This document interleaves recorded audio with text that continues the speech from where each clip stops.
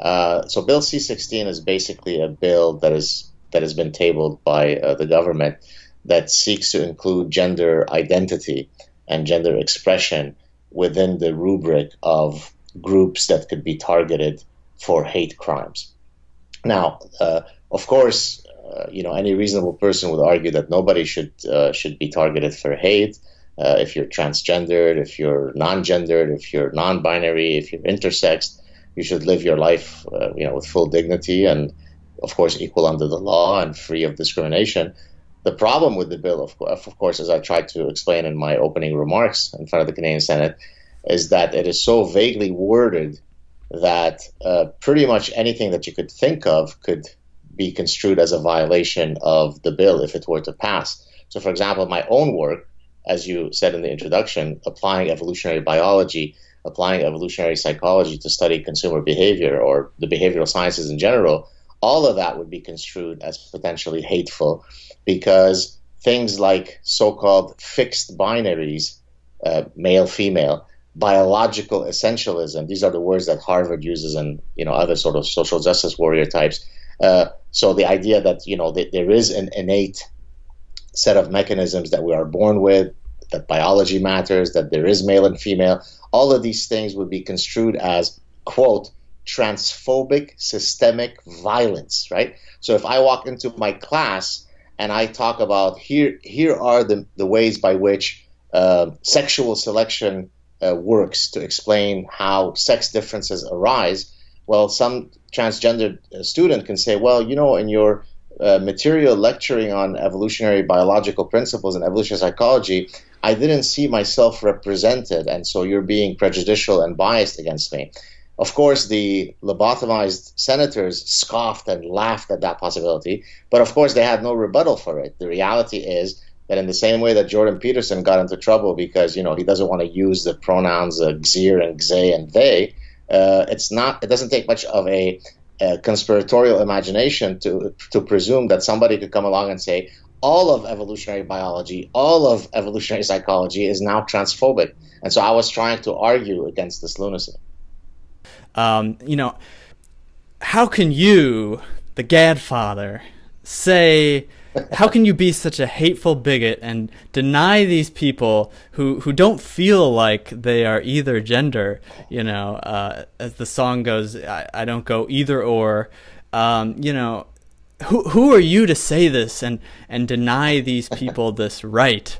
That they have to express themselves and their sexuality in whatever means they please.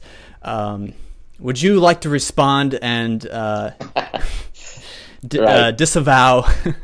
Right. So I see here that you've paid close attention to the Canadian senators who were trying to grill me during that testimony. One of whom you probably remember accused me of being pro-genocide at the end. But in any case, I did. Look. Yeah. Yep. So, my opening remarks, which had to be under 5 minutes, I mean, when you're trying to write something that's under 5 minutes, you really have to be careful to make sure that every single syllable is there for a reason. So I toiled quite a bit to decide what are the exact set of words and points that I wanted to make within that 5 minutes. One of which is going to speak to your question, is I specifically said, look, everybody has a right to express their, individual personhood. But what you don't have the right is to ask me to celebrate and coddle your personhood. Otherwise, you might get offended, right? So I don't give a damn if you're non-binary, tertiary, quadruple. I don't care what you are. But for example, once you start, petitioning the government to make official communiques with the government genderless or gender neutral because you happen to be non-gendered. In other words, Canada now no longer it's moving towards a gender neutral country. Well, it's quite astonishing for an evolutionary behavioral scientist who holds a university-wide chair in evolutionary behavioral sciences, where I sort of understand that there's this thing called sexual reproduction involving a male and a female, and I do wish to be known as part of my personhood as a male, and I am married to this other person called a female, and we do have two children called a boy and a girl, and I shouldn't have to have all of those elements of our respective personhoods, the most basic definition of our personhood, whether we're male or female, removed because there is a 0.01% of the population that is going to be inconvenienced with their not because they're non-gendered or non-binary. So be non-gendered. Nobody should discriminate against you, but don't you erase my personhood so that we could celebrate yours. I mean, it strikes me as not a very difficult position to understand, but apparently making that position meant that I was pro-genocide. Yeah. Well, to me, it's almost like they want to reverse that and make it so that the cis heterosexual monogamous couples are the 0.01 or 0.1%. Or at least what they want to do on my more cynical days, yeah.